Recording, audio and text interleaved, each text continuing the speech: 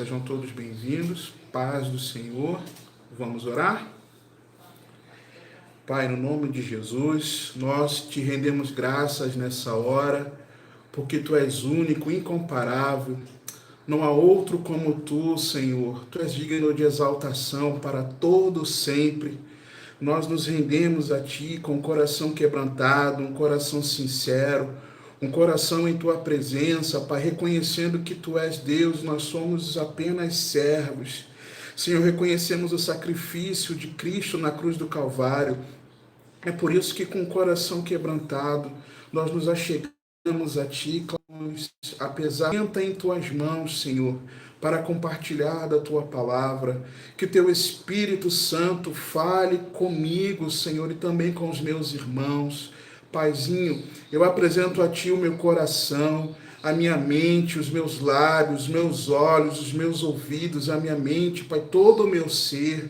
Paizinho, por favor, Pai, fala conosco nessa noite. Senhor, nós precisamos da Tua palavra, porque é a Tua palavra que nos alimenta, Senhor.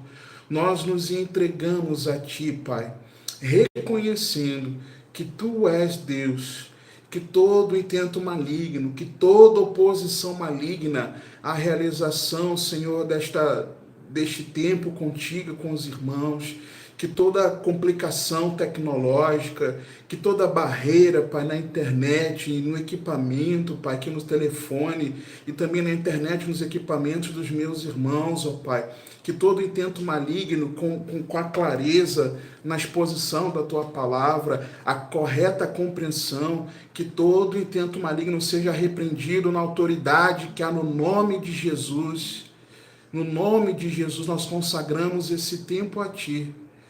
Espírito Santo de Deus, fala conosco nessa noite.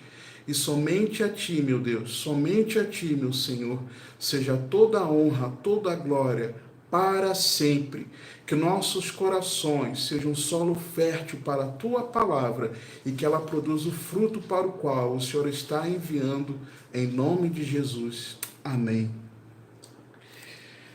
Amados, Apocalipse capítulo 2, a partir do versículo 9, diz assim a palavra de Deus.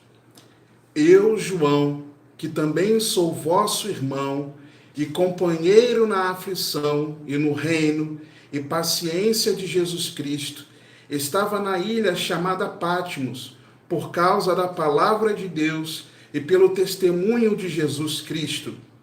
Eu fui arrebatado no Espírito no dia do Senhor, e ouvi de trás de mim uma grande voz como de trombeta, que dizia: Eu sou o Alfa e o Ômega, o primeiro e o derradeiro, e o que vês, escreve num livro, e envia às 7 igrejas que estão na Ásia, a Éfeso, e a Esmirna, e a Pérgamo, e a Tiatira, e a Sardes, e a Filadélfia, e a Laodiceia.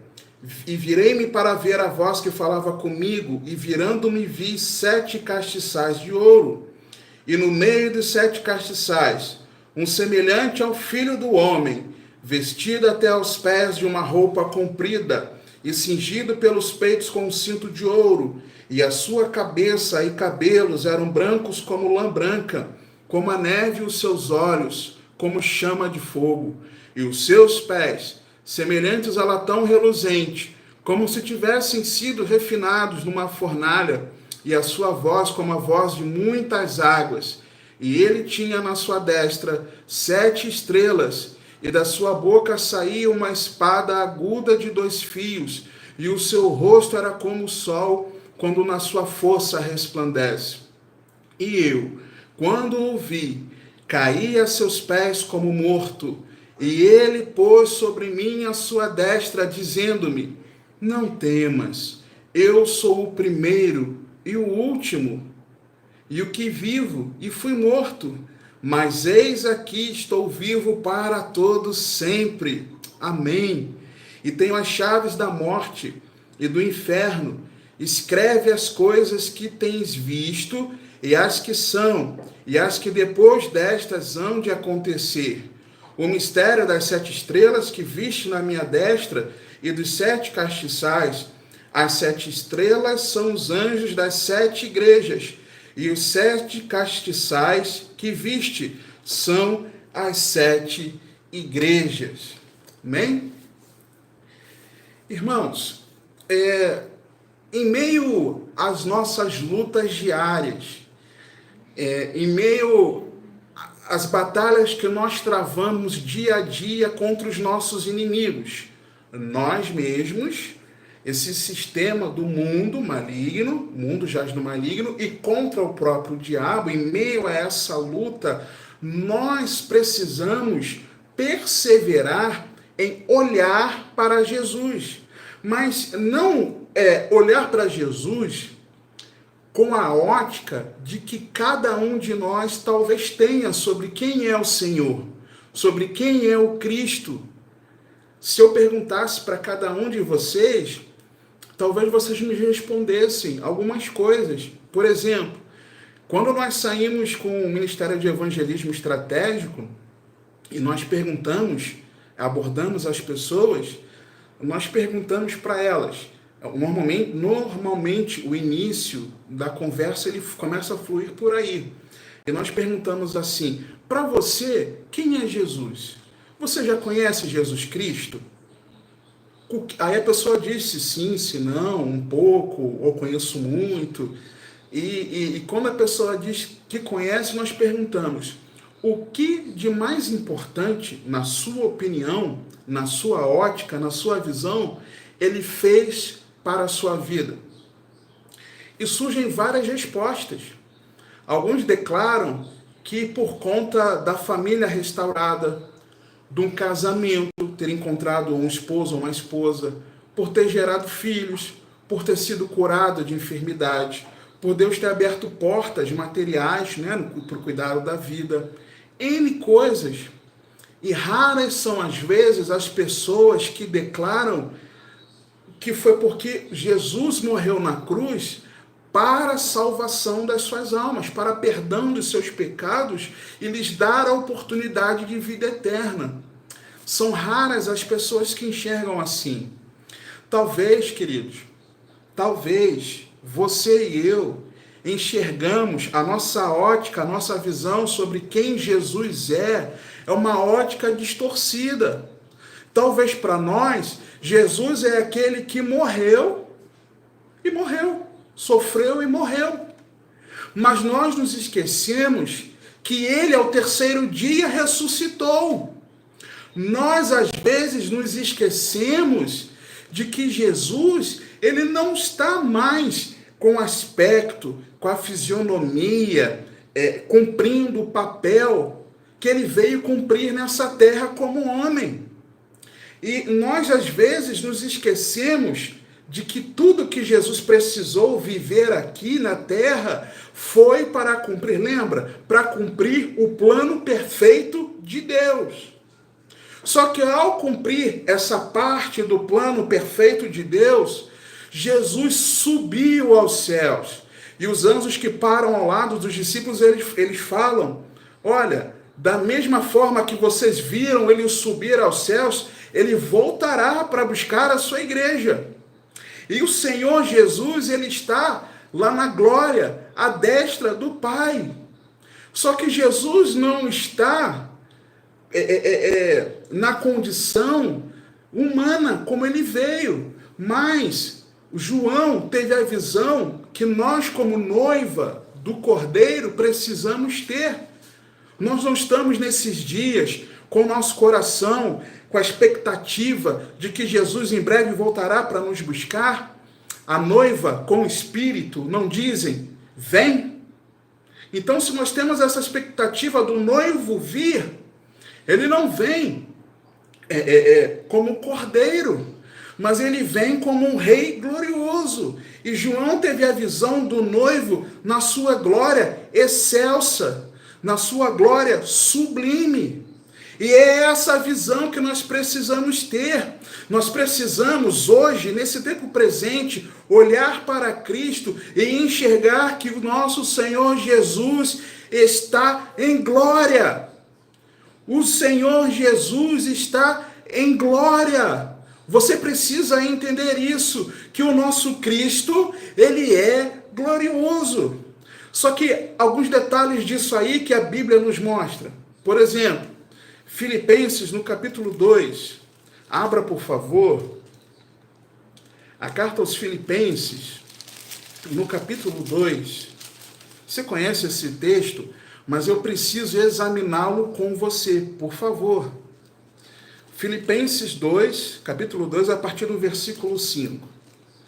Diz assim a palavra de Deus: de sorte que haja em vós o mesmo sentimento que houve também em Cristo Jesus, que sendo em forma de Deus, não teve por usurpação ser igual a Deus, mas fez a si mesmo de nenhuma reputação, tomando a forma de servo, fazendo-se semelhante aos homens. Jesus abriu mão da sua glória. Jesus, quando o Verbo encarnou, Jesus abriu mão da sua glória, tomando a forma de servo, fazendo-se semelhante aos homens. E achado na forma de homem, humilhou-se a si mesmo, sendo obediente até a morte, e morte de cruz. Por isso, também Deus o exaltou soberanamente e lhe deu um nome que é sobre todo nome, para que o nome de Jesus se dobre todo o joelho dos que estão nos céus e na terra e debaixo da terra, e toda a língua confesse que Jesus Cristo é o Senhor. Para quê? Para a glória de Deus Pai. Jesus, então, ele se esvaziou de sua glória, assumiu a forma de homem. E em dado momento, os discípulos, três dos discípulos, Pedro, João e Tiago, eles viram a glória parcial de Cristo. Abra, por favor, comigo, Evangelho de Jesus segundo Mateus, capítulo 17. Mateus 17. Olha o que a Bíblia diz, querido. Mateus 17, a partir do versículo 1. Eles veem parcialmente a glória do Senhor. Eles viram um pouco daquilo que João viu, relatado aqui no capítulo 2. E você precisa entender isso.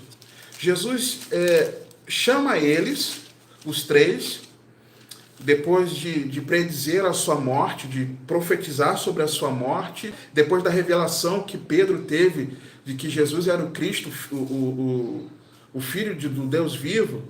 E aí João 17, a partir do versículo 1. 6 dias depois, tomou Jesus consigo a Pedro e a Tiago e a João, seu irmão, e os conduziu em particular a um alto monte, e transfigurou-se diante deles. E o seu rosto resplandeceu como o sol, e as suas vestes se tornaram brancas como a luz, semelhança daquilo que nós lemos em Apocalipse 12, e vamos voltar a examinar nesse texto daqui a pouco. E eis que lhes apareceram Moisés e Elias falando com ele, e Pedro respondendo disse a Jesus: Senhor, bom é estarmos aqui, se queres, façamos aqui 3 tabernáculos, um para ti, um para Moisés e um para Elias.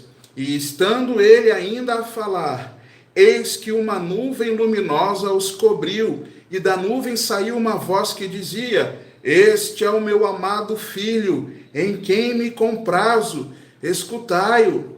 E os discípulos, ouvindo isto, caíram sobre os seus rostos e tiveram grande medo. E aproximando-se, Jesus tocou-lhes e disse: Levantai-vos e não tenhais medo. E erguendo ele os olhos, ninguém viram, senão unicamente a Jesus. E descendo eles do monte, Jesus lhes ordenou, dizendo: A ninguém conteis a visão, até que o Filho do Homem seja ressuscitado dentre os mortos. Então, quando João vê Jesus em Apocalipse 2, quando ele vê Jesus, e ele narra as características que ele via do Senhor, pelo menos algumas ele narra aqui nesse texto também, no capítulo 17, no versículo 2. Ele diz que o rosto resplandeceu como o sol, as vestes se tornaram brancas como a luz. Só que nesse primeiro momento, queridos, vocês vão observar que João, a princípio, certamente com os discípulos, com Pedro e Tiago, eles ficaram maravilhados. Mas somente quando a nuvem encobre e eles ouvem a voz de Deus, é que eles caem de medo. Caíram sobre, versículo 6, caíram sobre os seus rostos e tiveram medo. Quando? Quando eles escutaram a voz de Deus. Então, diferente do que nós vamos ver no capítulo 2 de Apocalipse, ele não caiu como morto quando ele viu ao Senhor e ouviu, mas ele caiu como morto aqui na transfiguração quando eles ouviram a voz de Deus. Só que era uma glória parcial, ok? Era uma glória parcial. O Senhor ainda não estava, não foi uma transfiguração total em glória. E aqui no capítulo 24, ainda em Mateus, se você puder adiantar um pouco, Mateus 24, a partir do versículo 29, e logo depois da aflição daqueles dias, o sol escurecerá, e a lua não dará sua luz, e as estrelas cairão do céu, e as potências dos céus serão abaladas. Então aparecerá no céu o sinal do Filho do Homem, e todas as tribos se lamentarão, e verão o Filho do Homem vindo sobre as nuvens do céu. De que forma? Com poder e grande glória. É assim que nós precisamos ter a ótica do Senhor, que Ele virá com poder e grande glória. E essa glória João viu. O capítulo 12 de Apocalipse narra isso para nós. João viu o Senhor em glória. Antes, João era aquele que reclinava a cabeça sobre o Senhor. Aqui no capítulo 13 do Evangelho de João, dos versículos 23 a 25, na última ceia ali, a gente vê que João é aquele que reclina sobre o peito do Senhor Jesus. E depois dos capítulos 21, dos versículos 20 e 24, fica comprovado que realmente se tratava dele, de João. Antes, com Jesus, aqui, homem, João, ele reclinava sobre o peito de Jesus, mas agora, arrebatado no Espírito, João tem a visão do Cristo glorioso. Antes, no ambiente natural, humano, o nosso relacionamento com o Senhor, às vezes é um relacionamento terreno, como talvez você e eu temos com o outro, com o próximo, com o familiar, com o amigo, com quem nós amamos. Só que quando nós temos a visão certa, a ótica certa de Cristo, o Cristo glorioso, o Cristo em glória, aquele que virá nos buscar com poder e grande glória, o que acontece comigo e com você, quando a nossa ótica, a nossa visão, o nosso olhar correto sobre quem é o Senhor Jesus, nós fazemos como João. João, ele caiu como morto diante do Senhor. E quando nós enxergamos aqui, vamos voltar para Apocalipse capítulo 2, por favor. Apocalipse 2, por favor.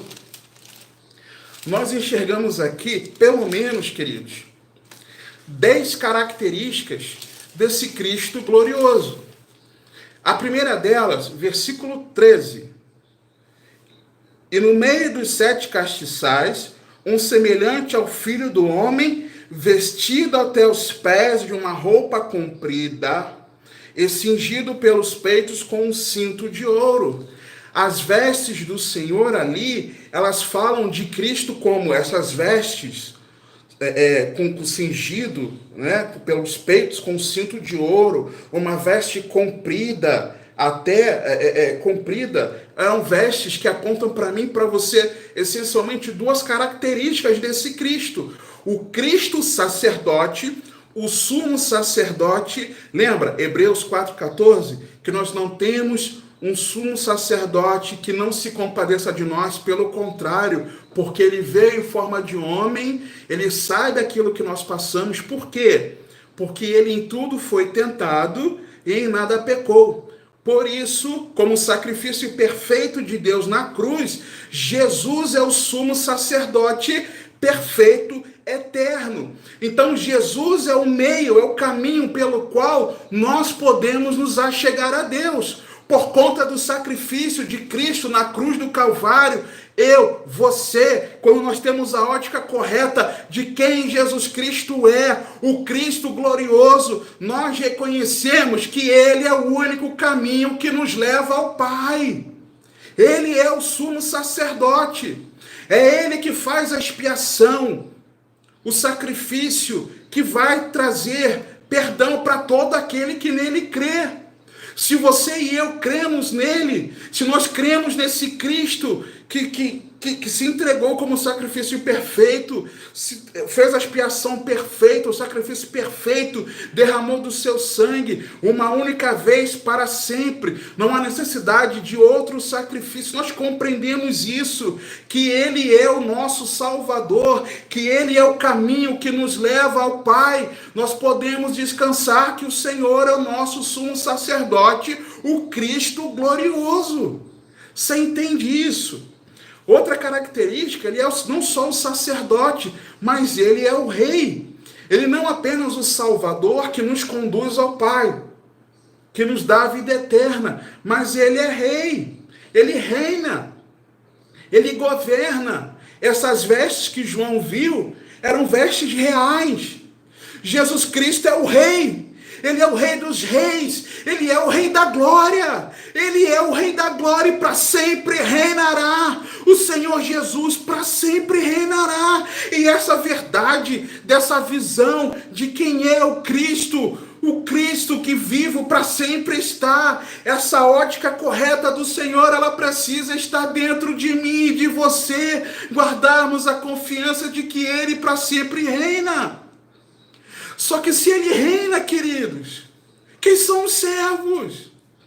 Você e eu somos os servos.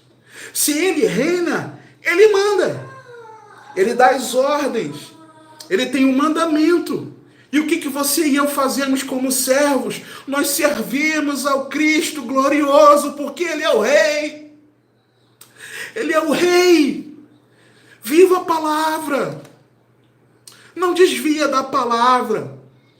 Não permita que as circunstâncias do teu dia a dia te desviem da palavra. Guarda a palavra no teu coração para você não pecar contra o Senhor. Aquele que guarda a palavra de Deus, aquele que guarda os mandamentos de Cristo, esse é quem o ama. E se o ama, será amado do Pai e do próprio Senhor. E o Senhor virá sobre nós. Ele, o Pai, pelo Espírito habitar em nós. Mas se ele for o nosso rei, viva a palavra de Deus. Segunda característica que nós enxergamos aqui, versículo 14. E a sua cabeça e cabelos eram brancos como lã branca, como a neve. É a cabeça. A cabeça aqui, branca como lã branca, como a neve, apontam três características, subcaracterísticas na cabeça. Três atributos. A divindade de Cristo, ok? A divindade de Cristo, a santidade de Cristo e a sua eternidade. Então, como nós lemos aqui, sua cabeça e cabelos eram brancos como a lã branca, nós podemos compreender essas verdades. Que Cristo é Deus, que Ele é santo, santo, santo, e que Ele é eterno, sempre existiu. Guarda essa verdade. E se você sabe que Ele é Deus, nós vamos adorá-lo. Se Jesus de verdade, você crê que de verdade Ele é Deus, você vai o adorar. Se eu creio de verdade que Ele é Deus, eu vou adorar. A nossa vida vai ser num estilo de adoração, cada dia, porque nós cremos que Ele é Deus. Se nós cremos nessa verdade, se Ele é santo, nós precisamos andar de que forma? Em santidade. João 17, oração sacerdotal de Cristo, por mim e por você, ele declara o seguinte, ele declara que ele ele se santificava por nós. Se Jesus se santificava por nós, o que nós vamos oferecer da nossa vida para ele? Nós vamos oferecer o nosso corpo como um sacrifício vivo diante dele. Nós santificaremos o nosso corpo, a nossa alma e o nosso espírito para ele. Se ele é eterno e por isso ele pode nos dar vida eterna, nós vamos descansar, porque não importa o que nos aconteça nessa vida terrena, nesse tempo cronológico aqui, nesse corpo carnal, se ele é eterno e ele é eterno, nós podemos descansar que existe um descanso na eternidade ao lado dele. Você compreende isso? Lembra que ele declarou que ele estaria conosco até a consumação dos séculos? Como ele estará conosco até lá? Como? Porque ele é eterno. Porque para sempre ele estará conosco, se nós estivermos nele. Porque ele é eterno. Então, quando nós vemos isso aqui, nós enxergamos esses atributos. Terceira característica, os olhos. Ainda no versículo 14, mas na parte B. E os seus olhos como chama de fogo. Quando nós enxergamos aqui olhos, irmãos, os olhos do Senhor estão sobre toda a terra. O Senhor está quadrinhando todas as coisas.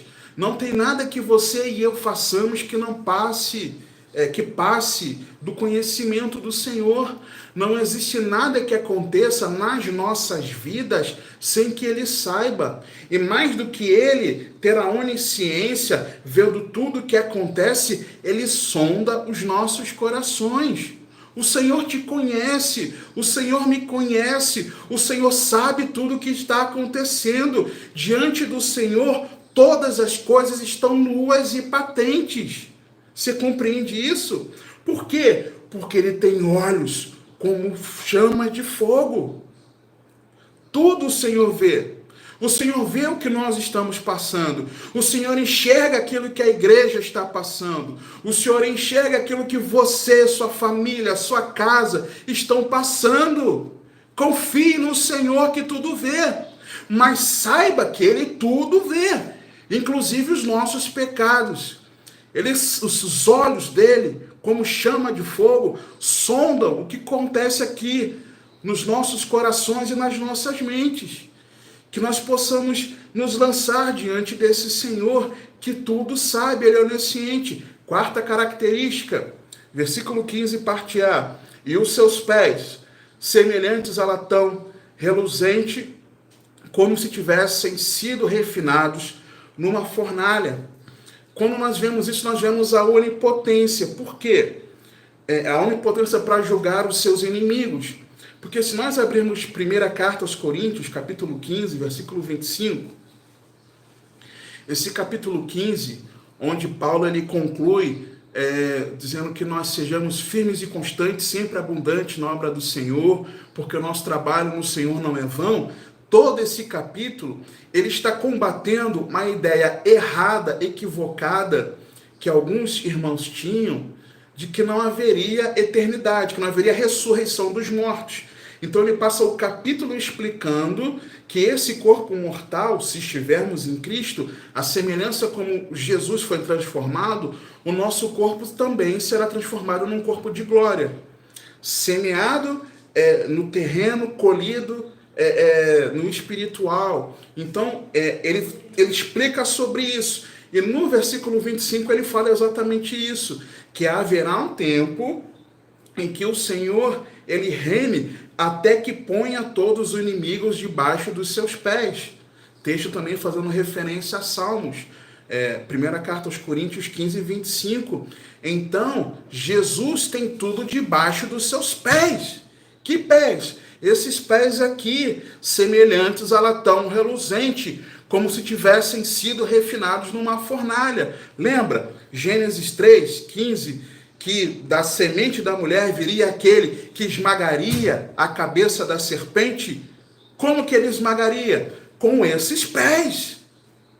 E nós fazemos parte do seu corpo, do corpo de Cristo.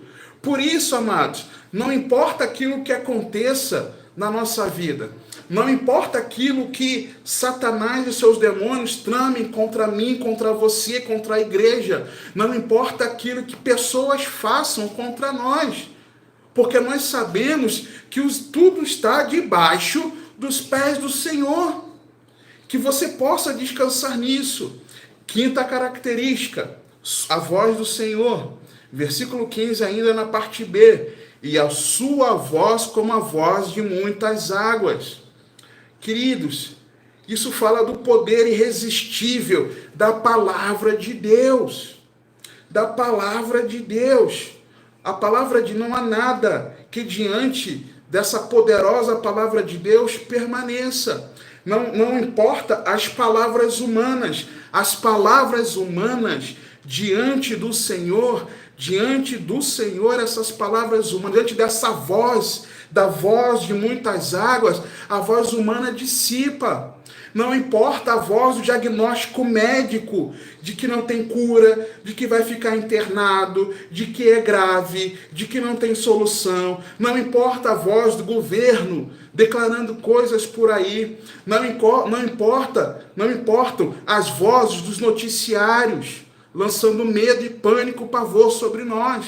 Não importam as vozes da incredulidade que às vezes ecoam dentro de mim e de você. O que eu sei é o que está escrito aqui na palavra de Deus, que a sua voz é como a voz de muitas águas. As muitas águas da voz da palavra de Deus ecoam por toda a eternidade, ecoam sobre todo esse universo, declarando que Ele tem o poder sobre todas as coisas, Ele governa. Ele tem o decreto, Ele tem a palavra do Senhor tem poder. Não é a minha palavra, não é a sua palavra, não é a palavra de nenhum homem, mas a palavra de Deus é poderosa. A palavra de Deus tem poder, por quê? Porque é a voz de muitas águas. Imagina aquele estrondo, muitas águas aqui, lembra de uma cachoeira? Aquele barulho das águas caindo, e um rio vindo, caudaloso. Imagina muitas águas, muito mais. Aquele som que os outros ruídos que estão ao nosso redor, nós não conseguimos perceber muitas vezes, porque vem aquele som que abafa tudo. Assim é a voz do Cristo glorioso, a voz de Jesus, ela é poderosa, e a voz do Senhor precisa prevalecer sobre a minha e sobre a tua vida. Confia no Cristo glorioso, é Ele que tem a palavra de poder. A voz de Cristo é a última palavra e a única a ter razão. É essa voz. É essa voz aqui, ó, é essa voz. É essa voz que diz a verdade. É essa voz que tem a última palavra. E é por isso que você e eu podemos descansar e confiar, porque Jesus tem a última palavra. Ele é o amém. Ele tem o sim, o não e o amém. Jesus, você compreende? A sexta característica, a mão, a sua mão. Olha comigo, versículo 16 na parte A. E ele tinha na sua destra 7 estrelas, e da sua boca saía uma espada aguda de 2 fios. Então observe comigo. Ele tinha na sua destra 7 estrelas. Na sua destra, a mão direita, ela representa a mão da ação, a mão da honra, a qual ele age e governa. Se nós examinarmos a palavra de Deus, vários textos, nós vamos enxergar que a mão direita, ela simboliza isso, ela simboliza a mão da ação, a mão de governo, a mão de honra.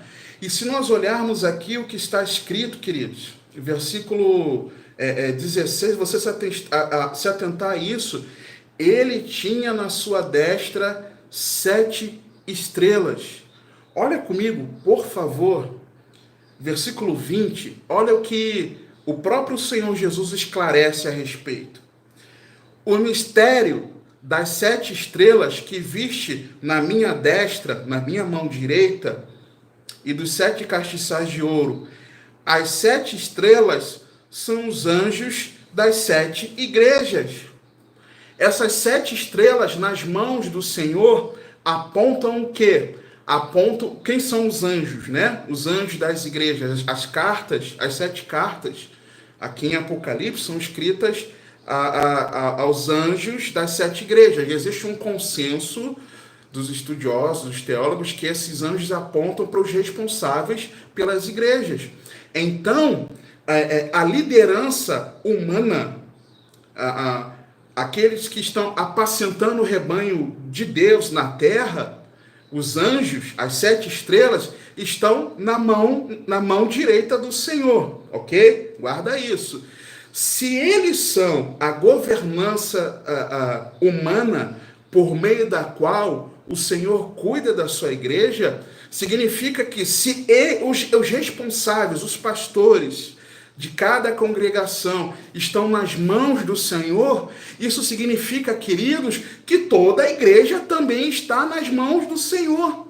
Você entende isso? Se os responsáveis para apacentar estão nas mãos do Senhor, na mão direita de Cristo, isso significa que toda a igreja está na mão do Senhor. É por meio dela que ele governa. Isso mostra o cuidado de Jesus com a sua igreja. Nós podemos descansar o coração e saber que as nossas vidas estão na mão direita do Senhor. Jesus, inclusive, ele afirma isso. João 10, 28. Examina comigo, por favor. Evangelho de Jesus, segundo João, capítulo 10, versículo 28. Olha o que Jesus declara. E dou-lhes a vida eterna, e nunca hão de perecer. Escuta, se você estiver em Cristo, você nunca vai perecer, mas você tem vida eterna. E continua o versículo. E ninguém as arrebatará da minha mão. De que mão, queridos, que Jesus está falando? E ninguém as arrebatará da minha mão, da sua mão direita. Jesus tem o governo, o controle da igreja na palma da sua mão. A minha e tua vida estão seguras na mão do nosso Redentor, do Cristo glorioso que para sempre vive. O Cristo glorioso tem nossa vida em sua mão. Você não está abandonado. Você não está largado. O Senhor não nos abandonou, mas a minha e tua vida, se nós estivermos em Cristo, ninguém nos arrebatará da mão do Senhor Jesus. Não importa aquilo que nos aconteça, não importa aquilo que nos aflige, aquilo que aconteça, o que aconteça dentro de nós, se nós permanecermos em Cristo até o final, ninguém nos arrebatará da sua mão direita. Nós estamos na mão do Senhor. Descansa o teu coração, querido. Confia no Senhor. Ninguém pode tomar-nos da mão dele. 7ª característica, a boca. Versículo 16 ainda, a parte B. E da sua boca saiu uma espada aguda de 2 fios. Essa palavra aqui, diferente da compreensão da voz de muitas águas, não é o evangelho. Por quê? Deixa eu te explicar por quê. Porque aqui, João declara que da boca do Senhor ele via uma espada aguda, de 2 fios. Se nós olharmos capítulo 19 de Apocalipse, avança os capítulos, por favor, nós enxergaremos a que referência é essa? Apocalipse 19.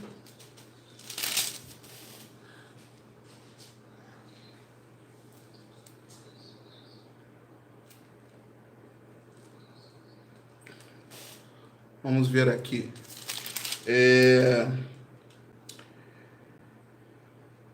E depois destas coisas ouviu ouvi no céu uma grande... Não, perdão. Só perdão, queridos.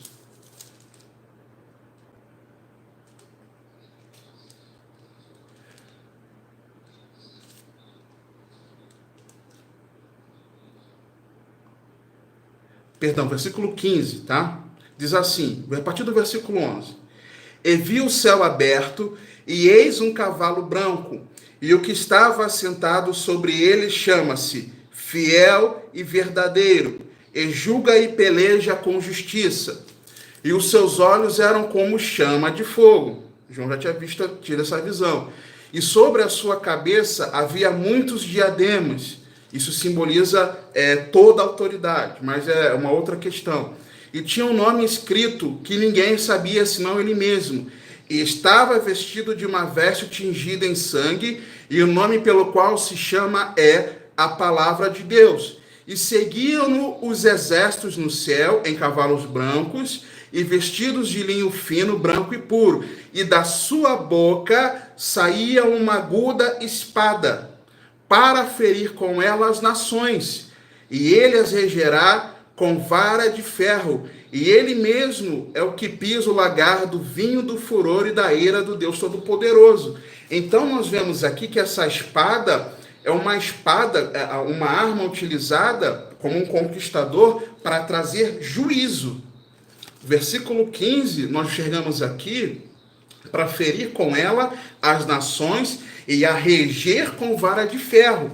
Então não é uma palavra de conforto, não é uma palavra de consolo, mas é uma palavra de juízo. Por quê? Esse ambiente aqui do capítulo 19 é um ambiente de um tribunal, onde foi proferida uma sentença pela espada afiada que saía da boca do Senhor, sem contestação.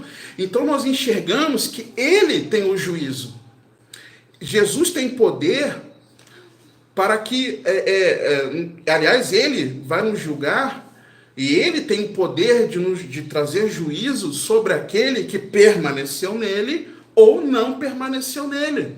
Então, não nos enganemos, porque Jesus, o Cristo glorioso, aqui do capítulo 2, é aquele que vai trazer juízo. Ao mesmo tempo que nós, se estivermos nele, estamos em suas mãos, em sua mão, ele é aquele que vai trazer juízo e condenação para aquele que não estiver nele. Então nós precisamos olhar para dentro de nós, nos examinarmos e saber se realmente nós estamos em Jesus. Se nós verdadeiramente estamos em Cristo. Porque lembra, Hebreus 9, 27, ao homem está ordenado morrer uma só vez. Depois disso, segue-se o juízo. Então, o juízo virá através da espada afiada que sai da boca do Senhor. Que ali nesse contexto do capítulo 19, era para reger as nações. Oitava característica, ainda no versículo 16, na parte C. E o seu rosto era como o sol, quando na sua força resplandece. Em que momento do dia é o resplendor maior do sol? Ao meio-dia, ok? A partir do meio-dia, o sol está em seu resplendor. Só que, irmãos, raciocine comigo. Uma coisa muito importante aqui. Agora, não é mais a visão de um Cristo servo, perseguido, sofrido, aquele que foi preso, que foi esbofeteado, que teve o seu rosto cuspido. Não é mais essa visão. A visão do rosto de Jesus aqui, lembra a semelhança da transfiguração de Mateus 17, que nós lemos, a partir do versículo 1, o rosto dele como o sol, que brilha quando sua força resplandece, ou seja, o sol de meio-dia. Não é mais aquele rosto de sofrimento, mas é o Cristo glorioso, mas do Cristo cheio de glória. O nosso Jesus, ele não... Eu me lembrei agora, por exemplo, daquela zombaria que no carnaval do ano passado, 2019, fizeram lá em São Paulo, que escarneceram do nosso Senhor, que zombaram do nosso Senhor, que colocaram uma figura de alguém representando Satanás, uma figura de alguém representando Cristo, onde Satanás dava uma coça no Senhor Jesus. Vocês devem lembrar disso, dessa aberração, dessa zombaria. E é por causa dessas coisas que vem o juízo de Deus sobre a terra, sobre esse país. É por causa dessas coisas. É por conta desse pecado, desses pecados, que vem a ira de Deus. A palavra nos mostra isso. E vocês lembram disso. Mas não é esse Jesus que tentam mostrar. Não é esse Jesus. O nosso Jesus é um Jesus cheio de glória. O rosto dele é um rosto glorioso. É um rosto que resplandece como o sol na luz de meio-dia.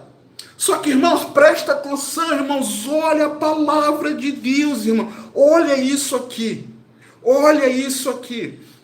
No começo da visão de João, o que João vê? Examina comigo aqui, versículo 13.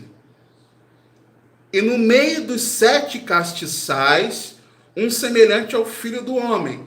Ele viu Jesus no meio dos 7 castiçais. O que é castiçal? Castiçal é o candeeiro. É aquela luminária onde você acende, coloca ali normalmente o azeite, você acendia e iluminava. Tá? Tinha luz. Uma luz que não era luz própria, mas quando você colocava o azeite e se acendia, ok? E quando tivesse azeite ali, ele estaria aceso. Ó, enquanto tivesse azeite, estaria aceso. Versículo 20, olha que candeeiro é esse, que castiçal é esse. O mistério das 7 estrelas que viste na minha destra e dos 7 castiçais de ouro. As 7 estrelas são os anjos das 7 igrejas, na mão. E os 7 castiçais que viste são as 7 igrejas. Então, o que são os candeeiros, os castiçais? A igreja. Então, a igreja, ela tem um brilho. O castiçal, que representa a igreja, tem um brilho. Um brilho que não vem dela, mas um brilho que vem pelo azeite, pelo óleo nela. Vem pelo Espírito Santo na minha e na tua vida. O Espírito Santo na minha e na tua vida, a vida de Cristo em nós, por meio do Espírito Santo, faz com que nós sejamos luz para esse mundo, tá? Sejamos luz para esse mundo. Mas presta atenção nisso aqui. O que tem maior luz? Qual é a luz que se sobrepõe? É a luz do sol de meio-dia ou é a luz de um castiçal? Por mais que nós tenhamos luz pelo Espírito em nós, como castiçal, a luz do sol que brilha ao meio-dia, do Senhor Jesus, ilumina muito mais, queridos. A glória não é minha. A luz, o brilho nosso, não é nosso. Nós não temos brilho algum. Se alguma virtude que em algum momento você e eu demonstremos, nós não fazemos mais do que a nossa obrigação. Por quê? Porque a glória é toda de Deus. A Deus seja toda a glória. Ao Cristo ressurreto seja toda a glória. Aquele que morreu, ressuscitou ao 3º dia, subiu aos céus e com grande poder e glória virá nos buscar. A Ele seja toda a glória. A glória é toda dele. Ele é o Cristo glorioso. Nós não somos gloriosos. Nós somos maus e carentes dele. Nós precisamos dele, do nosso Salvador. Ele é glorioso. Ele tem a glória. A 9ª característica, versículo 17. E eu, quando o vi, caí a seus pés como morto. E ele pôs sobre mim a sua destra, dizendo-me: não temas, eu sou o primeiro e o último.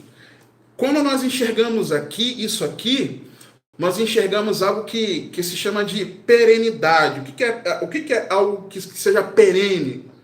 Essa característica da perenidade é algo que é duradouro, é algo que não é transitório, que é contínuo, que é permanente. Jesus é eterno. Ele é o Criador, o sustentador e o consumador de todas as coisas. Criador, início. Sustentador, esse momento que nós estamos vivendo. Consumador, lá na frente. Ok? Então, ele é contínuo, ele é eterno, ele é perene. Ele cria, controla, julga e torna plenas todas as coisas. E dentro desse contexto aqui que nós estamos lendo, em que João cai aos pés de Jesus como morto, e Jesus coloca a sua mão direita sobre ele e fala que ele não tema porque ele é o primeiro e o último, nós vemos que Jesus está querendo demonstrar que sobre a morte ele tem poder, que ele é vitorioso sobre a morte. É isso que Jesus está nos mostrando aqui, queridos. E a 10ª característica, a vitória triunfal. Versículo 18. E o que vivo e fui morto, mas eis aqui estou vivo para todo sempre. Amém. E tenho as chaves do quê? Da morte e do inferno. O Cristo da cruz venceu a morte. Lembra que ele declarou?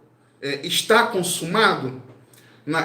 Ele viu que já era tempo, depois disso, João 19, 28, depois disso, sabendo que já era hora para se cumprir as escrituras, ele disse, tenho sede. Os soldados embebedam o sopo com vinagre, colocam sobre a boca do Senhor, e quando isso acontece, Jesus, ele declara, está consumado. Ele inclina a cabeça e rende o seu espírito. Então, nesse momento da morte de Jesus, quando ele declara está consumado, ele venceu a morte. Ele está vivo e para sempre. Por quê? Porque ele ressuscitou. Como Jesus declara aqui, versículo 18, e o que vivo e fui morto, mas eis aqui, estou vivo para todo sempre. O que ele está dizendo? João, lembra que você me viu morrendo? Lembra que você era um daqueles que estavam ali ao lado das mulheres? Inclusive eu pedi para você cuidar de Maria. Lembra disso, João? Lembra que você me viu morrer? Lembra que você também, depois da minha ressurreição, você me viu? Lembra disso, João? Eu sou aquele que morri, mas que ressuscitei. Só que mais do que isso, para sempre vivo eu estarei. Então, quando Jesus declara isso, que tem as chaves da morte e do inferno, porque Jesus declara isso, foi Jesus que disse, o que Jesus está dizendo para João? Jesus está dizendo que a morte não pode mais nos amedrontar, queridos. Qual é o maior medo da humanidade? É a morte.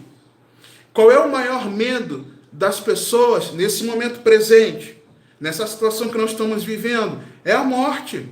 As pessoas estão com medo de morrer. Talvez você esteja com medo de morrer. Talvez esse seja o seu maior medo. Talvez você, antes dessas situações, você evite sair à rua com medo de morrer, com medo de sofrer algo, com medo de estar vivenciando situações que vão trazer morte. Talvez você tenha esse receio, talvez você se apegue tanto às coisas dessa terra, talvez você se apegue tanto às circunstâncias que você constrói, edifica, faz e acontece nesse plano terreno, porque você tem medo de passar pela morte.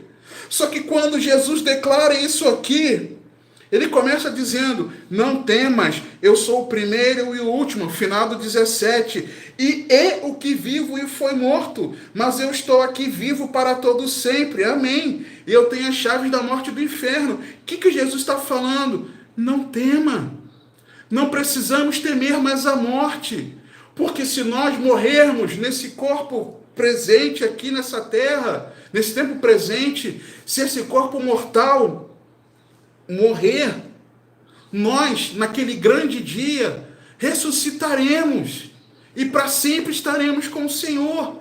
A morte não pode mais nos amedrontar, porque Jesus Cristo tem as chaves. Ele pode abrir os túmulos e levar os mortos à vida eterna. Não tema. Não se amedronte. Não se amedronte, compreende? Então, essas 10 características. Vamos revisar aqui rapidamente. Primeiro, as suas vestes, sacerdote e rei. Segundo, ele nos conduz e reina sobre nós. Segundo, a sua cabeça, que aponta para a sua divindade, ele é Deus, precisamos adorar. A sua santidade, precisamos andar em santidade. Eternidade, ele pode nos dar vida eterna.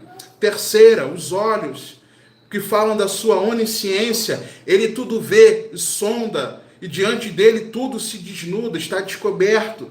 Quarta, seus pés, a sua onipotência para julgar os seus inimigos. Importa que convém que ele reine até que ponha todos os inimigos debaixo dos seus pés. Quinta, a sua voz como de muitas águas, um poder irresistível da sua palavra, e diante dele nenhuma palavra humana pode permanecer de pé. As palavras humanas se desfazem, porque a sua voz é a última palavra e a única a ter razão. Sexta, a sua mão, a sua destra, a mão que tipifica a honra, a ação com a qual ele age e governa, mostrando que nós estamos nas mãos do Senhor, o cuidado dele, e ninguém pode nos tomar da sua mão. Ok? Sétima, a sua boca, a espada aguda da sua boca, que traz o juízo. Ele tem poder para trazer juízo. Oitava, o seu rosto, agora não é mais a visão de um servo, mas é um Cristo glorioso, que como o sol resplandecendo ao meio-dia, ele tem toda a glória. Ele tem toda a glória, e não nós. Nona, a sua perenidade, ele é duradouro, é eterno, não é transitório. Ele criador, sustentador, consumador de todas as coisas. Ele é vitorioso, ok? E a 10ª característica é a vitória triunfal contra a morte. Agora, o que fazer, queridos? O que fazer diante dessas verdades? Versículo 7, ele traz as respostas para mim e para você. Perdão, versículo 17. E eu, quando o vi, lembra? É a visão do Cristo glorioso. Visão, lembra que eu comecei falando? Que a nossa visão de Jesus precisa ser a visão de um Cristo glorioso. E a visão do Cristo glorioso que João teve, aconteceu isso aqui. E eu, quando o vi, caí a seus pés como morto. Primeiro, diante da visão do Cristo glorioso, nós precisamos nos render. Nós precisamos cair diante dele, estar aos seus pés. Compreende isso? Diante da visão correta do Cristo glorioso, aquele que morreu na cruz para nossa salvação, ressuscitou, subiu aos céus, está intercedendo à destra do Pai e voltará para nos buscar. A visão correta do Evangelho precisa nos fazer quebrantarmos os nossos corações, porque cremos nessa verdade do Evangelho, nós nos quebrantamos diante dele, nós nos arrependemos dos nossos pecados, nós confessamos os nossos pecados e nos rendemos a Cristo. É isso que aconteceu com João. Lembra antes? Antes, João reclinava a cabeça sobre o peito de Jesus. Diante da visão do Cristo glorioso, ele se prostra. Diante de Jesus nós precisamos nos prostrar, queridos. Diante do Senhor nós precisamos nos render. Renda-se a Cristo. Renda-se a Cristo. Jesus Cristo é a verdade. Ele é o caminho, a verdade e a vida. Ninguém vai ao Pai a não ser por Ele. Renda-se a essa verdade, que Jesus Cristo é o Senhor, que Ele para sempre reinará. Ele em breve virá buscar todos aqueles que o amam e perseveram nele. E sobre aqueles que rejeitarem essa verdade, Ele virá exercendo juízo. Mas nós precisamos nos render ao Senhor. Renda-se a Jesus. Renda-se a Jesus. Segunda, ainda nesse texto aqui, como é que ele caiu? Ele caiu como morto. Morto, não como vivo. Nós precisamos morrer para esse mundo.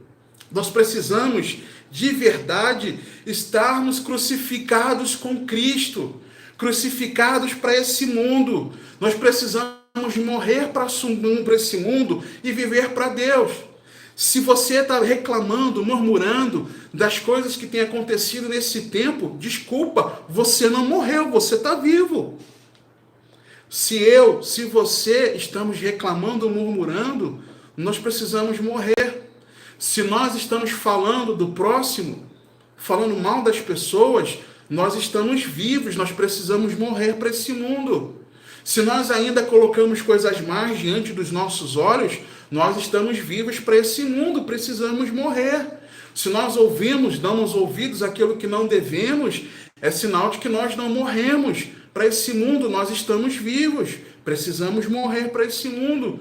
Se os nossos pés vão para locais que não deveriam ir, significa que nós ainda estamos vivos, precisamos morrer. Você está compreendendo isso? Nós precisamos nos mortificar essa carne dia a dia, para que nós possamos, diante do Senhor, estarmos prostrados, rendidos, adorando a Ele, mas mortos para esse mundo, crucificados com Cristo, mas vivendo a sua vida em nós. E em terceiro lugar, Jesus declara: não temas, não temas, não temas. Não importa se a situação presente vai acabar daqui a 15 dias, se vai perdurar, não importa como você enxergue tudo isso, mas enxergue que o plano de Deus ele é perfeito e para sempre estaremos ao lado do nosso Senhor. Ainda que nós morramos, ainda que nessa vida terrena nós pereçamos, se nós permanecermos em Cristo, naquele grande dia nós ressuscitaremos e iremos ao encontro dele nos ares. Não temas, o Senhor é contigo. Apenas tenha a visão do Cristo glorioso para a glória de Deus. Amém? Eu quero orar com você. Pai, em nome de Jesus, nós nos rendemos nessa hora porque sabemos que Tu tens o governo de tudo e o Senhor enviou o Seu Filho para a nossa salvação. Que a nossa visão, Pai, de quem Jesus é, não seja a visão de um Cristo sofredor, de um Cristo prostrado, de um Cristo moído, mas que a visão que nós tenhamos de Jesus Cristo seja de um Cristo glorioso, a semelhança de como João viu, Pai, que nós possamos enxergar o nosso Senhor Jesus, um Cristo glorioso, que a nossa visão não seja distorcida, Pai, mas nós possamos enxergar aquilo que de verdade o Senhor é, que nós possamos descansar o nosso coração, que nós possamos descansar as nossas mentes, que nós possamos confiar em Ti, Pai, e reconhecer que para sempre o Senhor reinará, reconhecer que muito em breve Jesus nos buscará e que a visão correta que nós devamos ter do Senhor é a do Cristo glorioso. Por favor, Pai, guarda essa verdade por meio do Teu Espírito na minha vida. Guarda essa verdade, Paizinho, por meio do Teu Espírito na vida de cada um que ouve, Pai, a Tua palavra nessa noite. Pai, por favor, que a Tua palavra produza o fruto para o qual o Senhor deseja. Que apesar de mim, Senhor, apesar das minhas falhas, apesar da minha imperfeição, que o Senhor continue ministrando ao coração dos meus irmãos, ó Pai, que o Senhor traga um desdobrar dessa palavra, que o Senhor traga revelação na aplicação especial para cada um de nós, Senhor, por favor, Paizinho, e que toda glória seja para sempre sua.